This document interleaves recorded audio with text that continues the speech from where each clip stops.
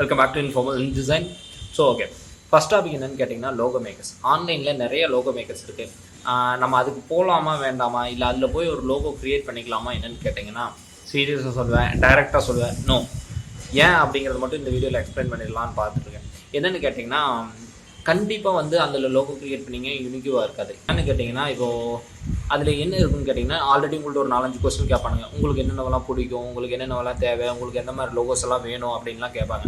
அப்படியெல்லாம் கேட்டுட்டு எங்கேருந்து அந்த ஃபோட்டோஸ் எல்லாம் எடுத்துகிட்டு வருவான்னு கேட்டிங்கன்னா இன்டர்நெட்டில் அங்கங்கே இருக்க ஐகான்ஸ் தான்.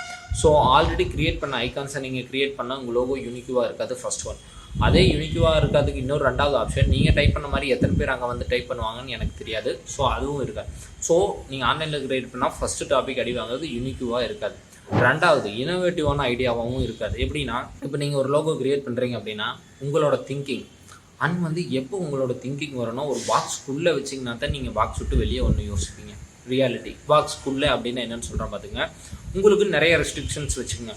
இதுக்குள்ளே இந்த டாப்பிக்குள்ளே இந்த டைட்டிலில் இந்த ஐடியாலஜியில் இந்த பிராண்டில் இதெல்லாம் பண்ண போகிறேன், ஸோ இதுக்குள்ளே லோகோ க்ரியேட் பண்ண போகிறேன் அப்படின்னா உங்களால் க்ரியேட் பண்ண முடியும். பட் அவன் கொடுக்குறத நீங்கள் சூஸ் பண்ணிங்கன்னா சீரியஸாக சொல்கிறேன், அந்த லோகோ ரொம்ப மொக்கையாக தான் இருக்கும்.